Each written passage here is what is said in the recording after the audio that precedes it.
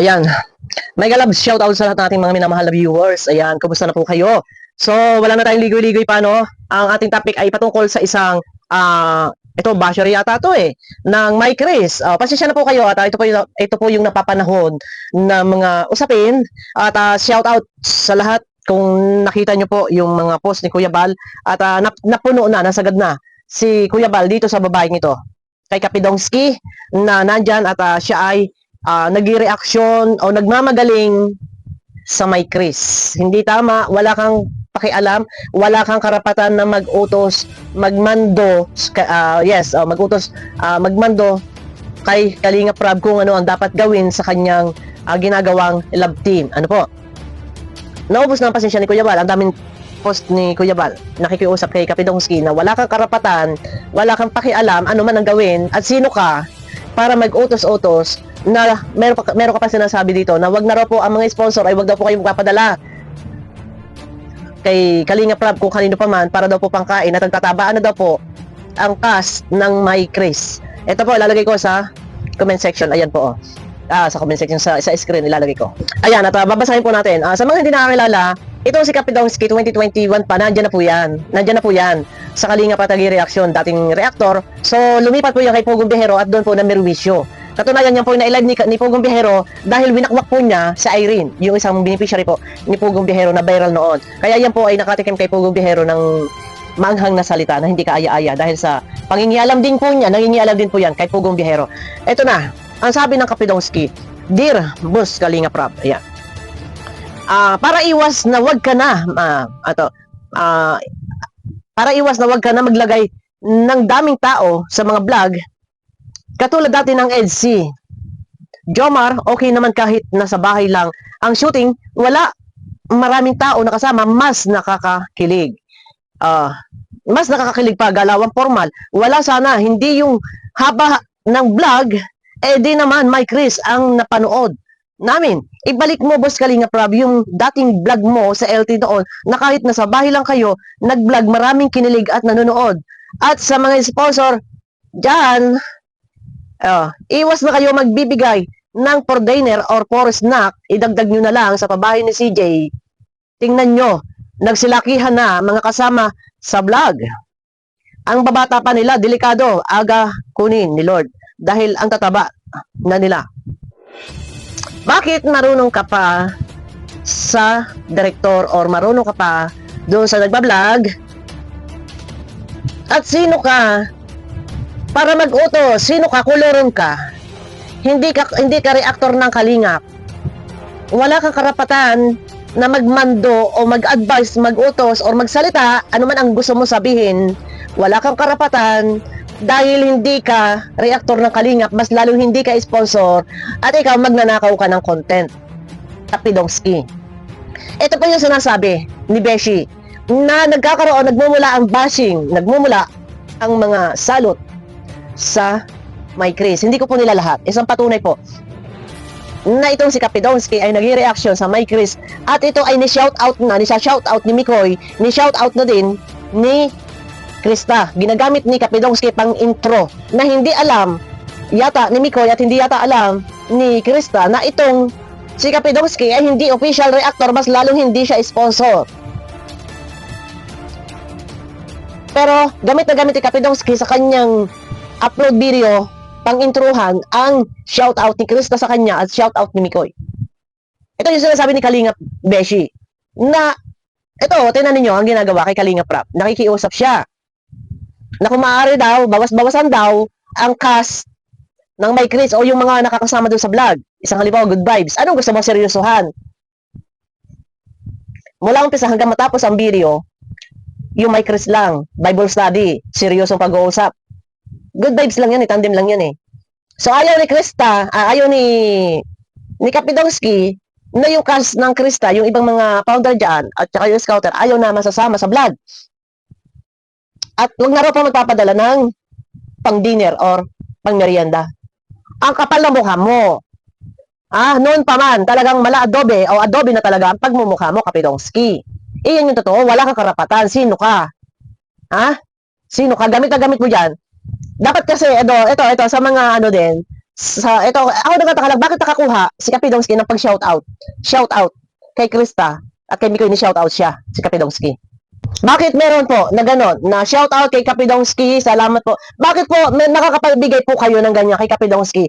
Kilala niyo po ba si Kapidongski? O nagchat sa inyo? Si Kapidongski po, hindi po yung reaktor. Ayan, sorry, nauga. Iyan po ay kulurom. At iyan po ay maraming atraso na ginawa sa Kalingap noon pa. At katunayan, may atraso din po yan na ginawa kay Pugong Biyahero. Bakit po nakakapaglabas kayo ng intruhan ng parang nire-recognize ninyo, kinikilala nyo? Si Kapidongski.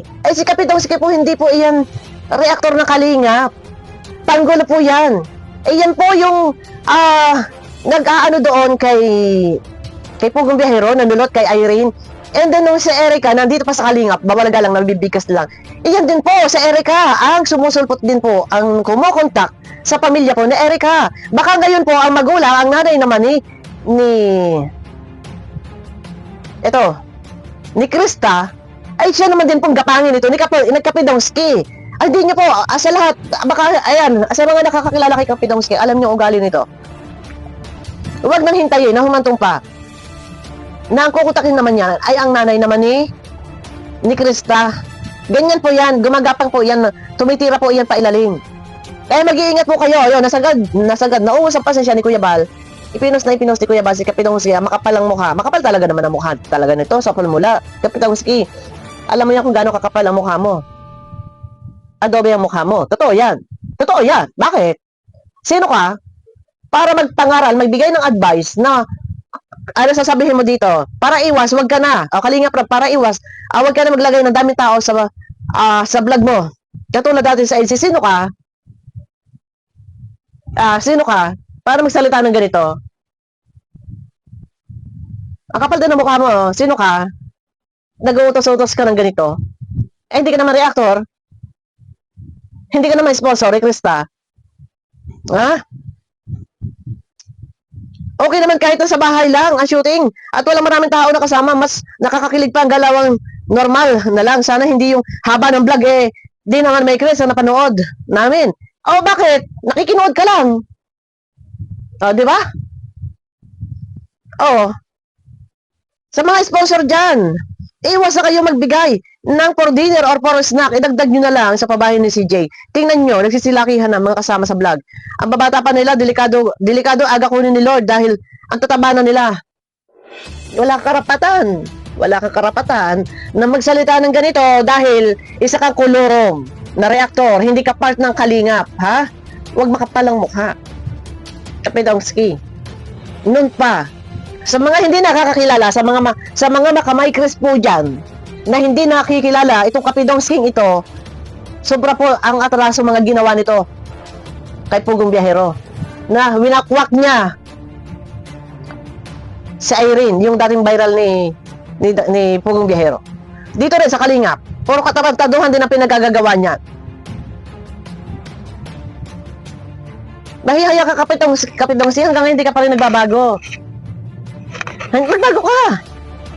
Magbago ka hanggang ngayon, makapal pa rin talaga ang mukha mo, talabahan pa rin talaga ang mukha mo. Ito yung totoo. Hanggang ngayon, talabahan pa rin yung mukha mo. Ang tagal ng panahon pa ni Lola Damiana. Hanggang ngayon, buhay ka pa rin. Tapos nakukuha mo pang mag-comment, at ang sasabihin mo, ito guys, nakukuha pa niya mag-comment, at ang sasabihin niya dito, ayan nag-comment siya sa post ni Kuya Bal. Di na po mauulit. See you in Hong Kong, Kuya Bal. Bakit? Pupunta ka. Pag pumunta dyan sila Krista. So, bida-bida ka. Kilalanin niyo po yung babaeng ito, si Kapidongski, nakamukha ni Nora, no? Bida-bida po yan. Hindi po yan Kalingap reactor at mas lalo hindi po yan supporters or ano paman ng My Chris. Iyan po ay magnanakaw ng content. Iyan yung totoo. Hindi ka sponsor, hindi ka reactor, hindi ka supporters. Ikaw isang hindi siya sponsor, hindi siya reactor ng Kalingap. Hindi ka supporters. Ikaw ay magnanakaw ng content. Ang iyo ay kumita. Kumita ka, hindi ka reactor ng Kalingap. At wala kang karapatan na magganito. Tama yung sinasabi ni Kalingap Beshi na minsan nandyan, nagmumula sa May Chris, hindi lahat ng viewers o supporters ng May Chris ay salot, ha? Ito po, salot to ito. Totoo! Bakit? Kilala kita, panahon ka pa ni Lola Damiana. Bakit? Ang kawalangyaan mo. Kay Pugong Bihero nga, anong ginawa mo? Tinarantado mo. Ha? Nagre-reaction ka kay Pugong Bihero, okay na. Nire-recognize ka na nila. Anong ginawa mo? Kay Irene. Kinontak mo si Irene, humihingi ka kay Irene ng video. Ha? Pinag-video mo si Irene. Yung dating viral ni Pugong Bihero. Na naglalakad sa tabi ng kalsada, na salimbayan ang mga malalaking truck. Na yung bata, habang nagbibideo ito si Irene, yung bata naglalakad sa tabing kalsada na hindi namamalayan. Ganyan ka katarantado. Nung kay Erica din noon, anong ginawa mo? Rumekta ka na rin. Dumirekta ka din doon sa mga relatives na Erica. Ngayon ba rurekta ka na din sa magulang ni Krista? Ngayon, kung pupunta ka dyan, pag pumunta dyan sila, ang kalingap, pag pumunta dyan sa Hong Kong, at nandyan, ito dalawa, si Krista at si Mikoy, at ikaw ipupunta, tandaan nyo po, sana malaman ni Kalingap Rab, hindi ito reactor, marami na pong katarantaduhan itong ginawa. Panang pa ni Lola Damiana, nandiyan siya nag-reaction sa Kalingap. Kahit balikan pa po natin, yung video, yung live ni Sir Pugong Bihero, kung paano ito, ini-live, yung binuking yung katarantaduhan nito, ngayon dito naman yan sa Kalingap, pagbawal, wala kang karapatan. Ha? Na magsalita ng ganito. Hindi ka supporters, hindi ka reactor, at mas lalong hindi ka sponsor ng May Chris. Ano ka? Magnanakaw ka ng content. Yan ang totoo. Kapidongski. Ha? Wala kang karapatan. Sino ka? Kulurum ka. Tapos magkukomment ka pa ng ganito sa mga post ni Kuya Bal na nagigigil na si Kuya Bal sa iyo. Tapos magkukomment ka pa ng ganito. Di na po mauulit. Tapos may halakhak pa na na sticker. O, di ba? Tapos, see you in Hong Kong. Makapal ang mukha mo kahit kailan. Markado ka eh.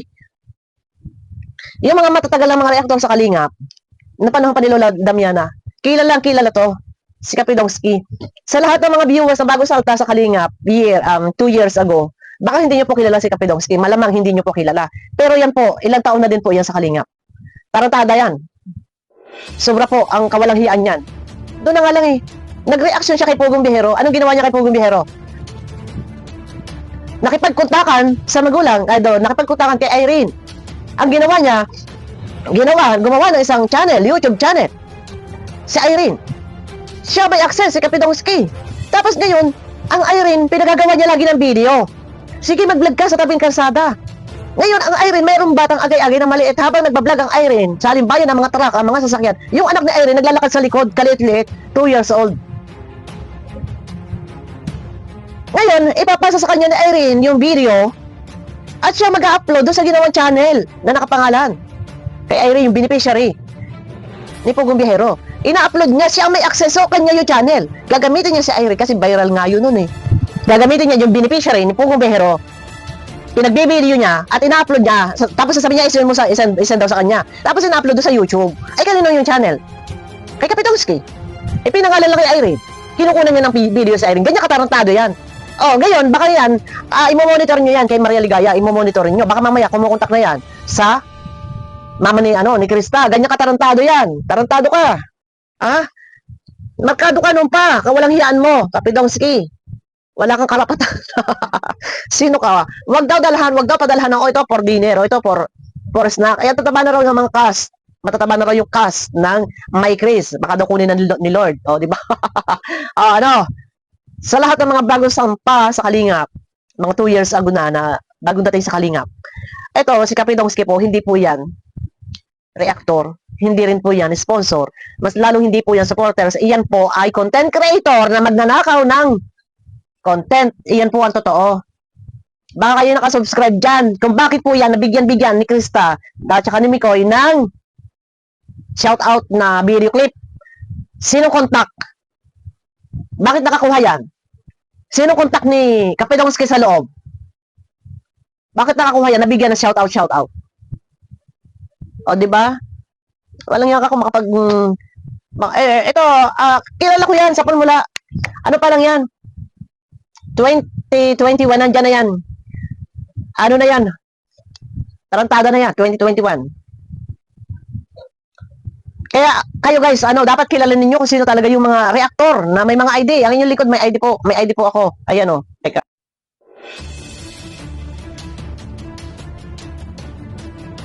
Hindi ko lang sinusuot. Kaya sa lahat ng viewers po, dapat yung iba kasi pinapanood eh. pinapanood to si si Kapidongski. Pero ang ginagawa niya talaga, isipin nyo, wala kang karapatan, sino ka? Magnanakaw ka magnanakaw ka lang ng content No, abangan nyo ko guys sa akin next video. Baka ilalive yan ni Kuya Bal. Abangan nyo ko guys sa akin next video. Mega love shoutout po sa inyo lahat.